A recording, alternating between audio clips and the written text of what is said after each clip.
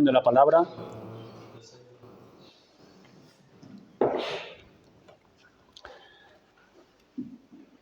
Éxodo 20:14.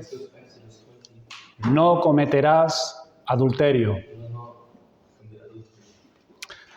Este es el séptimo mandamiento de la ley moral de Dios.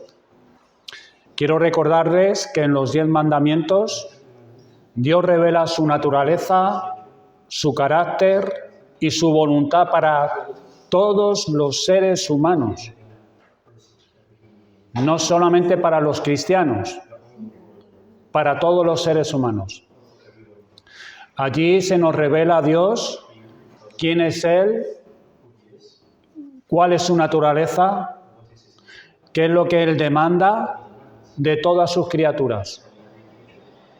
Este mandamiento se encuentra en el tercer lugar, en el orden de las relaciones humanas, donde Dios protege su imagen en el hombre.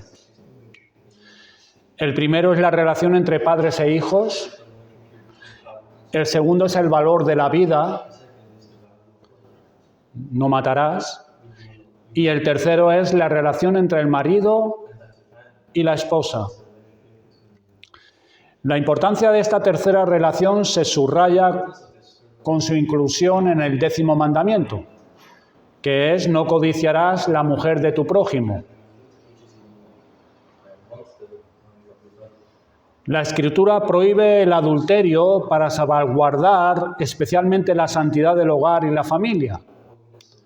Y es descrito más específicamente en Levítico 18:20, donde leemos: además no tendrás acto carnal con la mujer de tu prójimo. La falta era considerada tan grande que su pena era la muerte. En Levítico 20:10, vayan allí, por favor.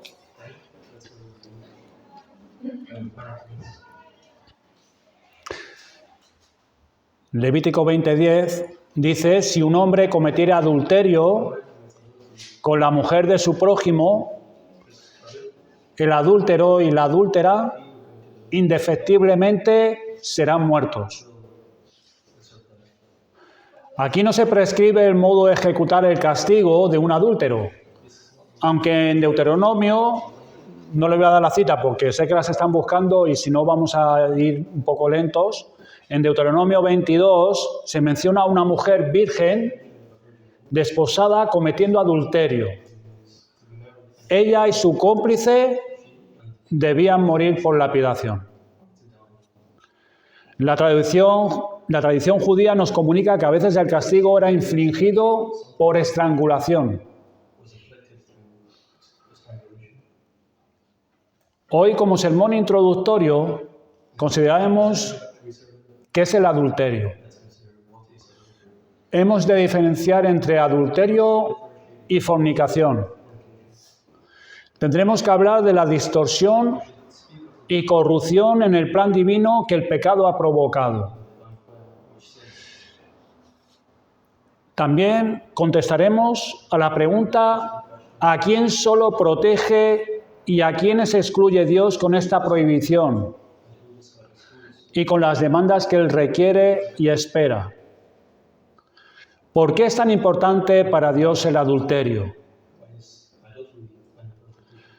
Bueno, pues todas estas preguntas y algunas otras las estaremos considerando con la ayuda de Dios en esta mañana, y también habrá un segundo sermón, si el Señor lo permite. Hemos de ir al principio, el diseño de Dios. Vayan conmigo a Génesis 1:26.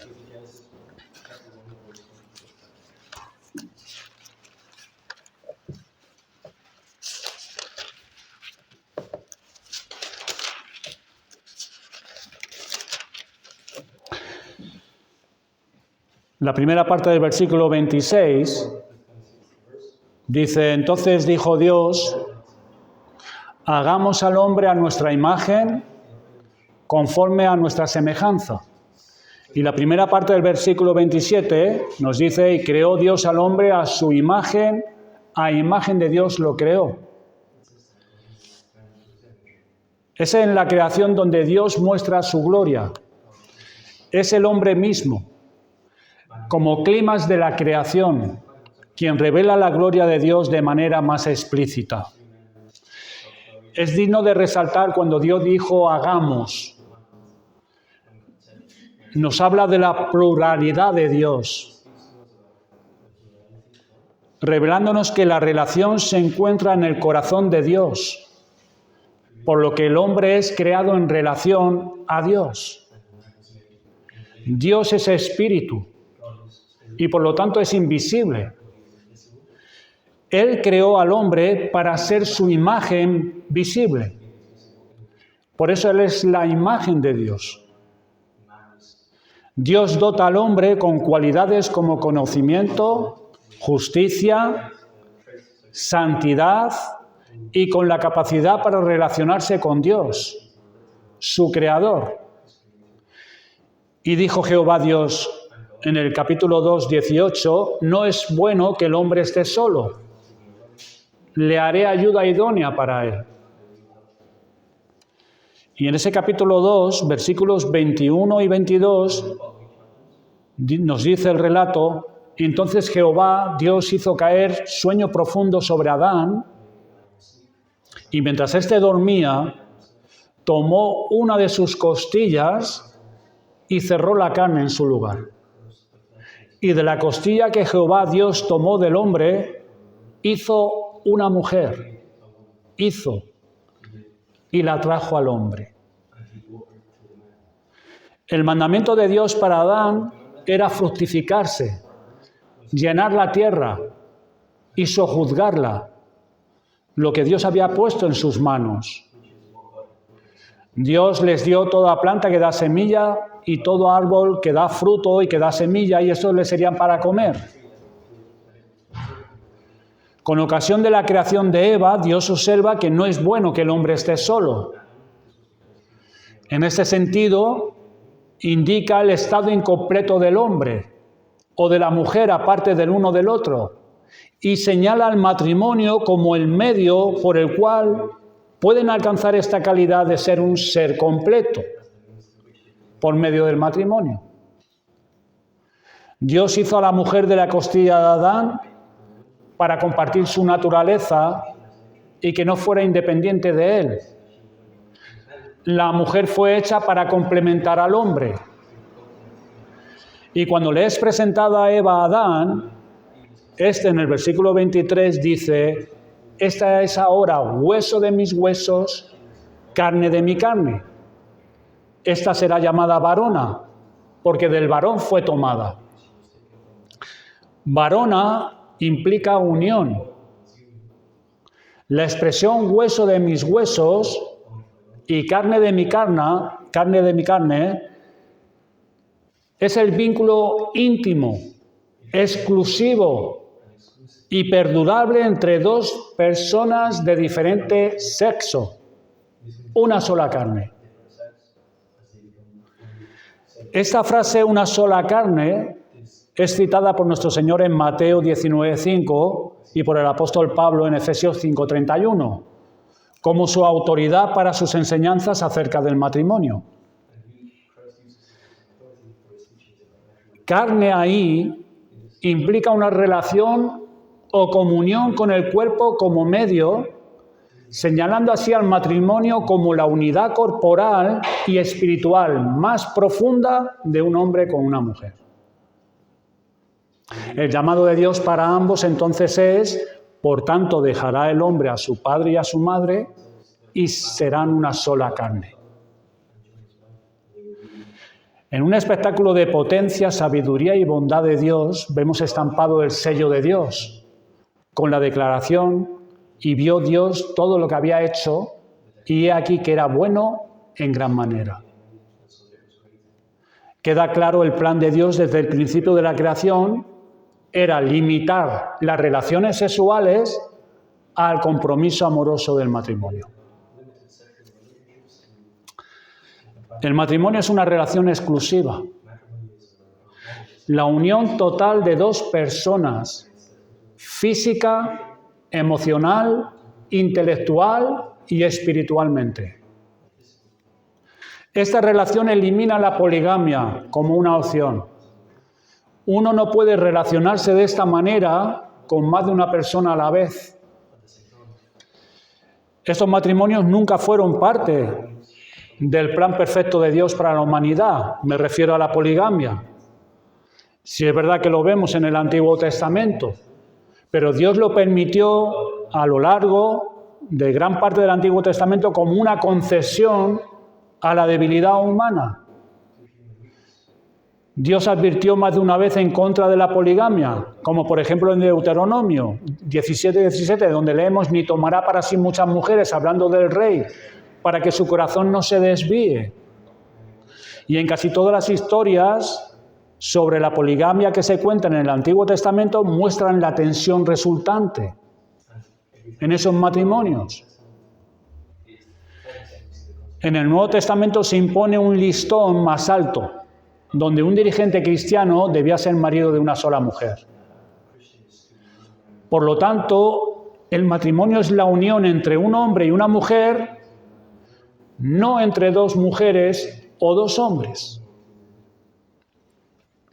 El matrimonio concebido por Dios en el plan divino elimina la unión entre dos personas del mismo sexo. Cualquier experiencia fuera del orden y del plan divino es una perversión.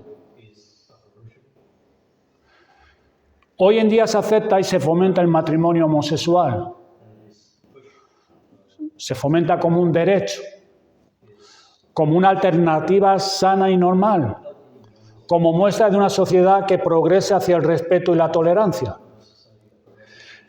Algunos cristianos nominales aceptan de buena gana y con optimismo el matrimonio homosexual. Cuando me refiero a cristianos nominales, me refiero a personas que solo por haber nacido en un país considerado cristiano ya es cristiano. España es un país cristiano nominal. Pero lo más increíble es que algunos evangélicos han aceptado que una relación de compromiso y amor entre dos personas del mismo sexo es correcta ante los ojos de Dios, porque se aman, porque tienen un compromiso.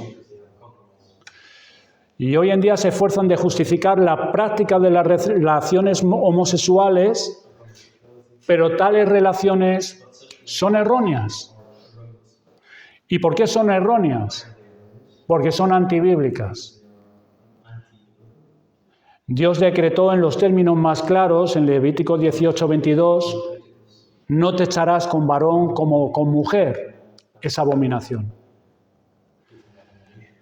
Todo el capítulo de Levítico 18 está relacionado con los pecados, especialmente de índole sexual, que Dios detesta. Y el versículo 22 está en medio de una advertencia contra el sacrificio de niños y la bestialidad. El Nuevo Testamento refuerza esta postura, donde el apóstol Pablo en 1 Corintios 6, del 9 al 10, se refiere tanto a los afeminados como a los que se echan con varones. Y pone a estos entre los fornicarios, los ladrones, avaros, los cuales nos dice que no entrarán en el reino de Dios. Además de ser antibíblicas, son antinaturales. Y esto no se puede negar, por muy aceptables que semejantes relaciones se vuelvan en nuestra sociedad. ¿Y por qué son antinaturales? Porque, hermanos y amigos, simplemente porque los órganos no encajan. No encajan. La homosexualidad es improductiva y estéril.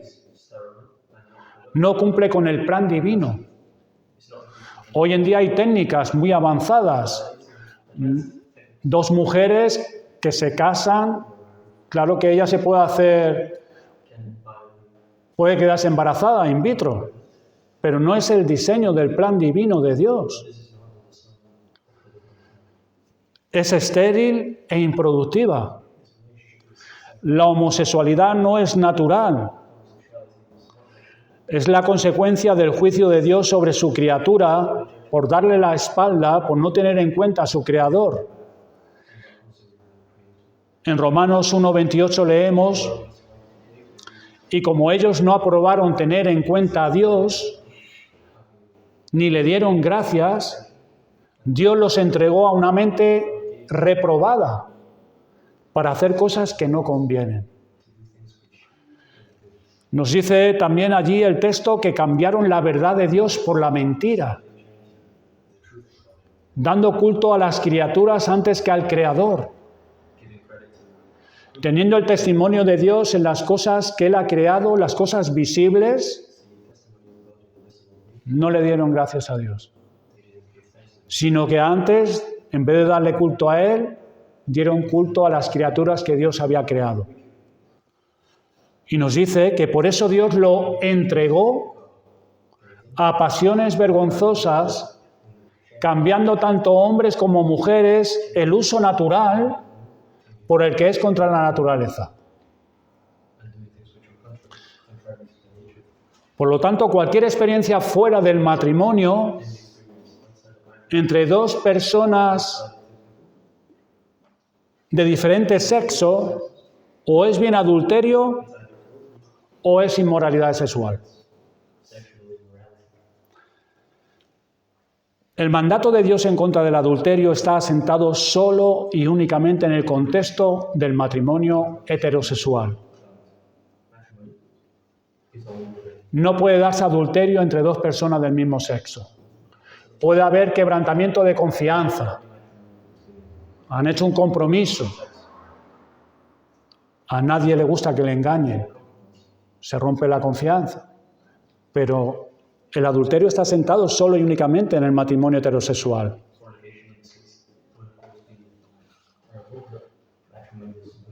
Este mandamiento es una defensa divina del matrimonio solamente entre un hombre y una mujer. El séptimo mandamiento, no cometerás adulterio, es un resumen que prohíbe todas las perversiones y desviaciones sexuales, esto es, todo lo que se sale de la relación entre un hombre y una mujer bajo el lazo social conocido como el matrimonio.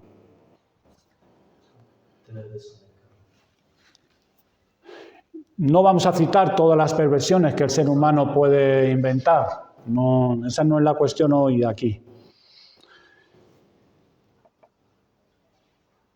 Habiendo considerado que el mandato de Dios en contra del adulterio está asentado en el contexto del matrimonio heterosexual, habiendo también considerado la naturaleza de tal relación y que es el plan divino para la humanidad desde el principio de la creación, hemos de considerar ahora el significado del mandamiento: no cometerás adulterio.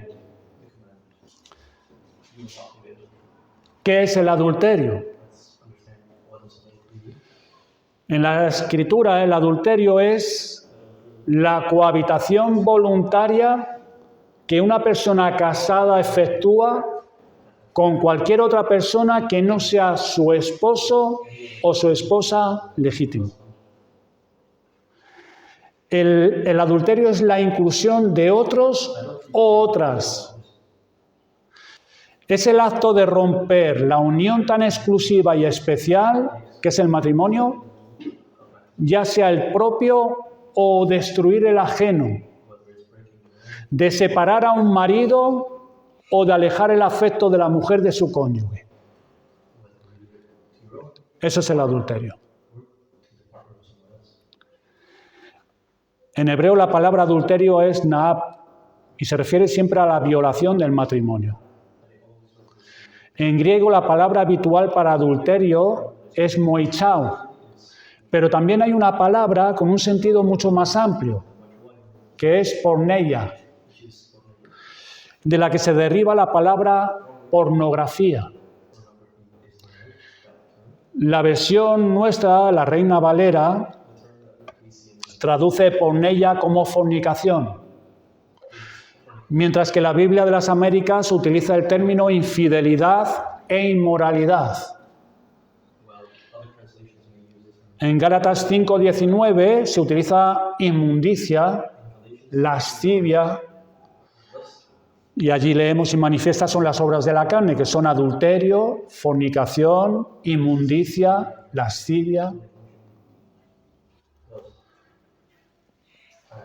El apóstol, además de añadir las relaciones sexuales con la esposa o el esposo de otra, añade las relaciones sexuales ilícitas o falta de autocontrol en asuntos morales. Por ejemplo, la autogratificación sexual es una inmoralidad. Sería porneia. Es inmoralidad. Pensando yo en esto, porque nosotros cuando nos centramos en el adulterio en sí como mandamiento, como prohibición, y lo que él restringe, podía pensar, la autogratificación sin estar casado es una porneia, es una inmoralidad, pero ¿y estando casado? Podía ser un adulterio también, además de una inmoralidad, porque no se establece en el plan divino de Dios. Eso no es el plan divino de Dios. Es una inmoralidad. Hoy en día la sociedad lo presenta como algo gratificante, algo revitalizante, incluso aconsejado para los adolescentes. Pero es inmoralidad. Es inmoralidad. El sexo tiene un lugar muy importante en nuestra sociedad. Es la fuerza emocional más intensa del cuerpo humano.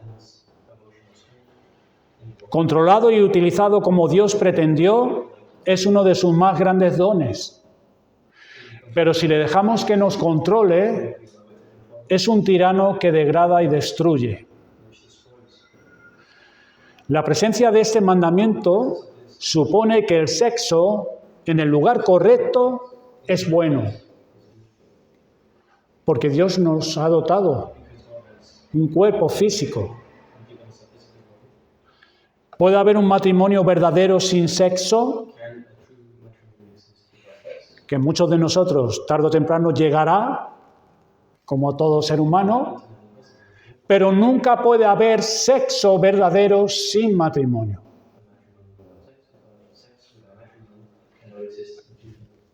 En lo que a Dios concierne, el matrimonio debe ser honroso en todos y el lecho sin mancilla. El sexo, como Dios lo pretendió, es beneficioso, es limpio y glorifica a Dios. En cambio, el sexo pervertido es sucio y degrada tanto a la mujer como al hombre. En Proverbios 5, vayamos allí un momento, hermanos, encontramos una seria advertencia contra el adulterio.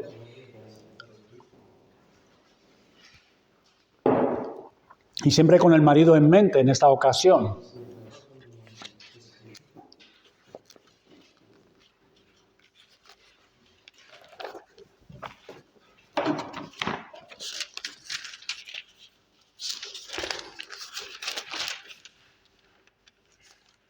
Los primeros 14 versículos son una descripción del peligro del pecado y de sus tristes resultados.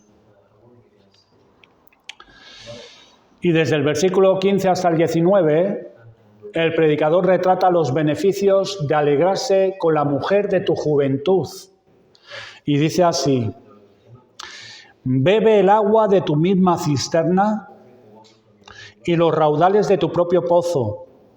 Se derramarán tus fuentes por las calles y tus corrientes de aguas por las plazas. Sean para ti solo y no para los extraños contigo.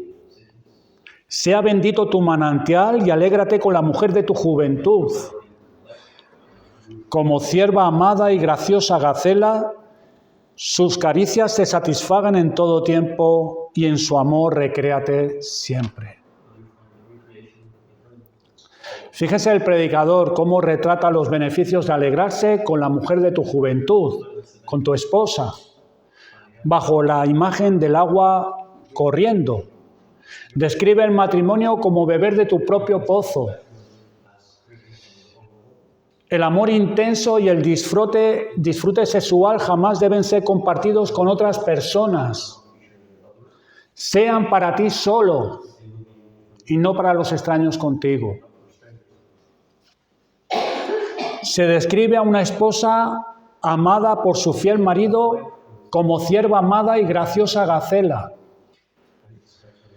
Y el predicador concluye diciendo: sus caricias te satisfagan en todo tiempo y en su amor recréate siempre.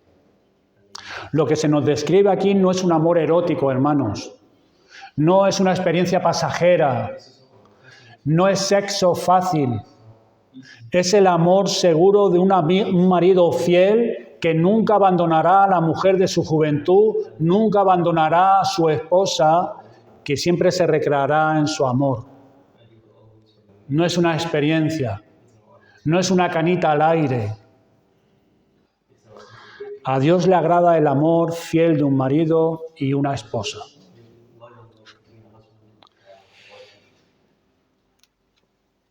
Las promesas que hicimos en el pasado. En nuestra sociedad actual muchas personas piensan que el adulterio está justificado. Hoy muchos moralmente piensan que está mal engañar al esposo o la esposa. Pero la realidad es que el adulterio está justificado por ellos en algunas ocasiones, porque cuando ya no hay amor para seguir la relación, ¿has escuchado alguna vez es que se acabó el amor? Las serias promesas que se hicieron en la boda delante de testigos, ya fuera civil o religiosa, se quebrantan. Pero de cualquier forma, ya sea un matrimonio secular o religioso, Dios espera que guardemos nuestra palabra. En Mateo 5:37 vemos ahí el principio: pero sea vuestro hablar sí, sí, no, no, porque lo que es más de esto de mal procede. ¿Recuerdas el día de tu boda? Fue un día inolvidable, un día de muchos nervios, pero fue un momento de mucha emoción también. Estar agarrado de la mano de tu esposa o de tu esposo, delante de un concejal en el ayuntamiento o de un pastor autorizado y delante de la iglesia, a ambos esposo y esposa hicieron un pacto delante de Dios y delante de testigos. En ese pacto aceptamos a nuestro cónyuge y nos responsabilizamos de serle fiel, de amarle hasta que la muerte nos separara. Hicimos solemne voto de cuidarnos el uno al otro en la enfermedad, de amarnos y apoyarnos mutuamente en la adversidad. Y nos entregamos y nos recibimos el uno al otro. Hermanos y amigos, una de las mayores víctimas del adulterio es la confianza. Porque no hay en la vida una relación tan estrecha como la relación entre el marido y la esposa. Con un acto de infidelidad tiramos por tierra todas las promesas que hicimos a nuestro cónyuge. La confianza es el armazón que mantiene unida nuestra relación matrimonial, la familia, en el hogar y la sociedad. Es una planta muy delicada. Si no se cuida, se puede marchitar. Y una vez que se rompe la confianza, es muy difícil volverla a tener. La infidelidad, la inmoralidad, el adulterio mata la confianza y rompe el fundamento de la unidad familiar. La separación del esposo y la esposa, ya sea por adulterio o por otra causa, provoca en los hijos traumas emocionales y psicológicos. Cuando un marido o una esposa es infiel a su cónyuge, destruye el respeto y la honra del hijo a sus padres. Los padres adúlteros provocan que sus hijos quebranten el quinto mandamiento. Los padres infieles crean un ejemplo para sus hijos y los hijos de un hogar roto tienen mayor riesgo de que su matrimonio acabe en divorcio también. Conozca una familia de 7 hermanos, 5 mujeres y 2 varones. Vienen de un hogar en que sus padres se separaron cuando algunos de ellos eran pequeños. De los 7, una se casó a los 50 años, hace poco. Perdón, no, una de ellas se casó hace años y antes de los 2 años se divorció. Otra se casó recientemente a los 50 años, de 7. Todos los demás no quieren comprometerse con su pareja y casarse. Uno de los varones se casó hace años, solo uno, y sigue casado con la mujer que le dijo el sí quiero. Gracias a Dios no seguí el ejemplo de mis padres. En el libro de Malaquías, el profeta describe las quejas por parte del pueblo porque Dios ya no prestaba atención a su adoración. La razón era que muchos hombres habían quebrantado la fidelidad la mujer de su juventud. Y claro, y ellos dicen, ¿y por qué Dios no presta atención a nuestra adoración? ¿Por qué Dios no está en medio nuestra? En Malaquías capítulo 2, versículos 13 al 16, leemos, y esta otra vez haréis cubrir el altar de Jehová de lágrimas, de llanto y de clamor, así que no miraré más a la ofrenda para aceptarla con gusto de vuestra mano. Mas diréis, ¿por qué? Porque Jehová ha atestiguado entre ti y la mujer de tu juventud, contra la cual has sido desleal, siendo ella tu compañera y la mujer de tu pacto. ¿No él hizo uno, o no los hizo él uno en ellos mismos, habiendo en él abundancia de espíritu? ¿Y por qué uno? Porque buscaba una descendencia para Dios. Guardaos pues en vuestro espíritu y no seáis desleales para con la mujer de vuestra juventud, porque Jehová Dios de Israel ha dicho que él aborrece el repudio y al que cubre de iniquidad su vestido, dijo Jehová de los ejércitos. Guardaos pues en vuestro espíritu y no seáis desleales. Dios afirma en esta poderosa descripción su aborrecimiento al divorcio y la importancia del matrimonio que hace al marido y a la esposa uno. La advertencia en el texto cae sobre los maridos, pero es también para las esposas. El matrimonio es vínculo de compañerismo, de alianza. Y romper las promesas que se hicieron en el altar es romper la alianza matrimonial. Hay muchas escrituras que nos advierten en contra del adulterio y nos muestran las consecuencias que acarrea caer en tan dañino pecado. Pero ¿sobre qué fundamento se nos exhorta a ser leales y que el esposo ame a su esposa y la esposa ame a su esposo? ¿Sobre qué fundamentos? Cuando Pablo enseñó sobre la relación entre maridos y esposas, se refirió al ejemplo de Cristo y exhortó a los maridos a amar a sus mujeres, así como Cristo amó a la iglesia y se entregó a sí mismo por ella. El apóstol Pablo, escribiendo a la iglesia en Corinto, expresó su celo por ellos usando una vívida metáfora. Os he desposado con un solo esposo para presentaros como una virgen pura a Cristo. A Dios el Padre le agradó en su propósito eterno escoger y ordenar al Señor Jesucristo para redimir a sus elegidos. Porque amaba a su iglesia y se entregó a sí mismo por ella, despreciando la vergüenza, soportando la cruz para poder disfrutar de su novia, para que él fuera de ella y ella para él y no para otro. Dice en Oseas 2:19, y te desposaré conmigo para siempre.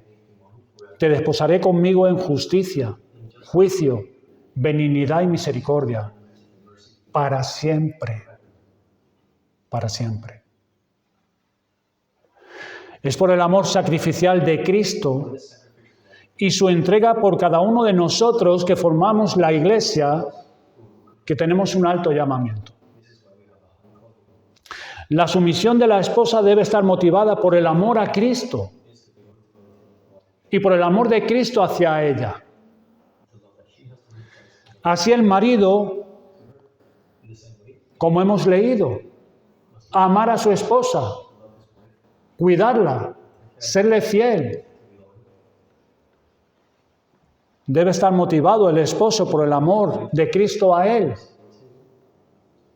La sumisión de la esposa por el amor a Cristo. Y así el marido y la esposa deben buscar el bien físico, espiritual y emocional de su cónyuge.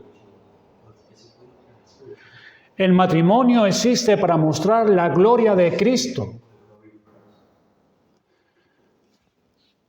Como escribió un comentarista, el matrimonio es una vitrina divina de la hermosa relación entre Cristo y la Iglesia. Es una vitrina divina. Una vitrina está a los ojos de todos para que vean. En el salón, la vajilla que a ti te gusta, que quieres que todos lo vean, las visitas. El matrimonio es una vitrina de la hermosa relación entre Cristo y la Iglesia. Cristo se dio a sí mismo por ella. El Señor Jesucristo siente mucha compasión y ternura hacia su Iglesia. Él mira a su Iglesia sin malicia, con ternura y con cuidadosa compasión. No ha cambiado su amor por ella con el pasar de los años. La amó en la eternidad y la amó cuando se entregó por ella en la muerte en cruz. Y la sigue amando ahora en su estado de exaltación. Su amor no ha cambiado por ella. Él no se ha olvidado de ella. No se espera por sus olvidos, por su tardanza para comprender, para entender. Jesucristo se ha dado a sí mismo por su esposa y se ha comprometido él mismo a amarla por toda la eternidad. Porque él aborrece el repudio y nunca nos dará carta de divorcio. Porque él ha hecho un pacto en sí mismo con Dios su Padre en la eternidad de redimir a su esposa. En Cantar de los Cantares leemos: ponme como un sello sobre tu corazón, como una marca sobre tu brazo, porque fuerte es como la muerte el amor. El sello es una imagen de seguridad, de pertenencia, como algo auténtico. El amor divino es más fuerte que la muerte, más caliente que el fuego y más valioso que cualquier tesoro terrenal. Y así es el amor de Cristo por su Iglesia, por su esposa. Es el ejemplo del amor de Cristo hacia nosotros y por nosotros que debe llevarnos a amarnos mutuamente, el esposo y la esposa. Es teniendo un sentido claro de nuestra indignidad y del amor de Cristo como nuestro esposo, que nos esforzaremos en mantener el lecho sin mancilla, en buscar el bien de nuestro cónyuge y de amarnos como Cristo nos amó. Si Cristo me ha amado así, si me sigue amando aún siendo un pecador, ¿cómo no amaré a mi esposa?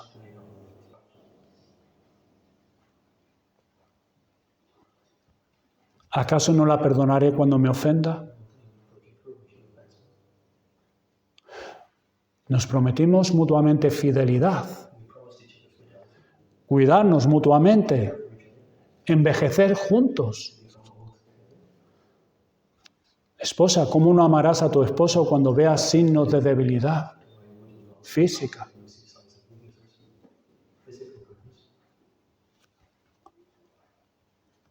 Nos prometimos envejecer juntos. Nuestros cuerpos cambiarán físicamente.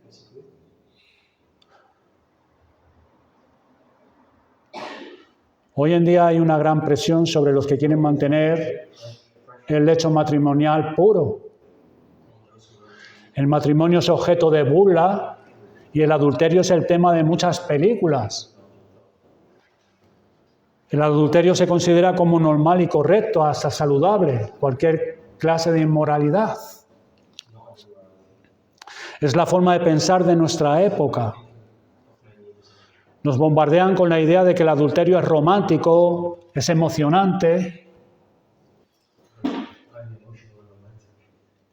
Pero recuerden que el pecado siempre se presenta de una forma atractiva. Quizás hayamos codiciado en nuestro corazón alguna experiencia diferente a la nuestra. Quizás hayamos hecho comparaciones con otras personas.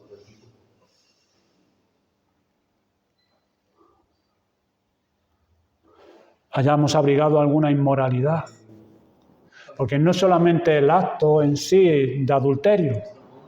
El Señor Jesucristo advirtió a los fariseos, ellos se creían que eran muy justos, porque no habían cometido el acto de adulterio en sí.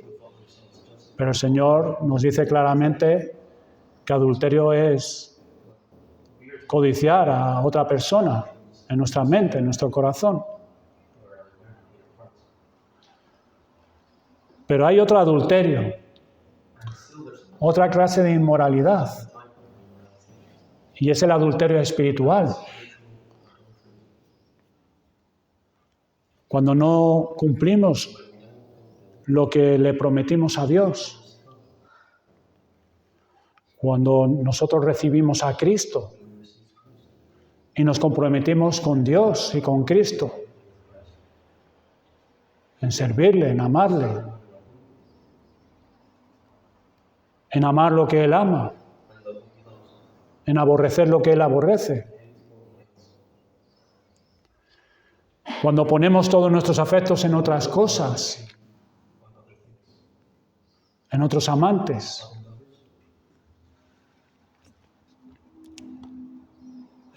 Ese es adulterio espiritual.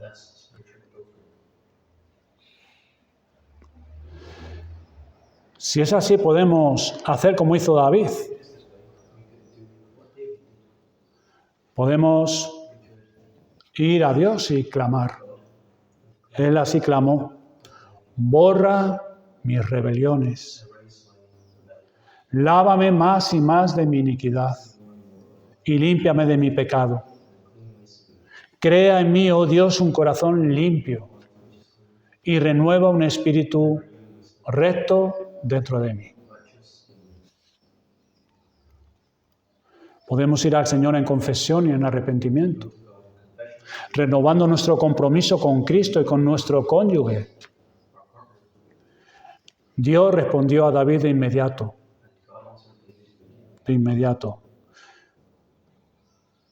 Hermanos, este mandamiento es gracia.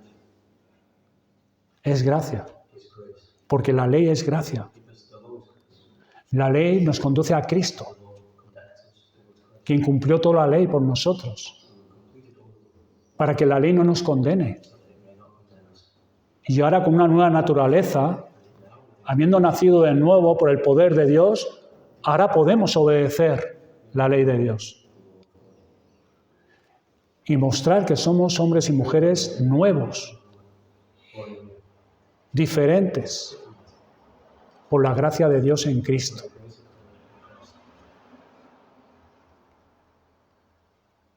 Hermanos, Cristo nos ama con un amor tan intenso, tan puro, tan amable, que no nos dejará, sino que llevará a cabo lo que se ha propuesto en nosotros.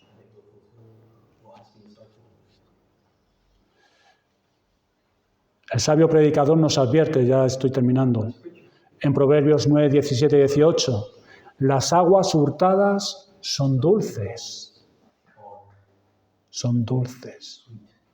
y el pan comido en oculto es sabroso, y no saben que allí están los muertos. Nuestra responsabilidad, velar y orar. Velar y orar. Dentro de una semana seguiremos profundizando un poco más sobre las consecuencias del adulterio. ¿Por qué ocurre el adulterio? ¿Y cómo podemos guardarnos del adulterio? Y profundizaremos más en el plano espiritual, aunque todo es espiritual, pero más en ese adulterio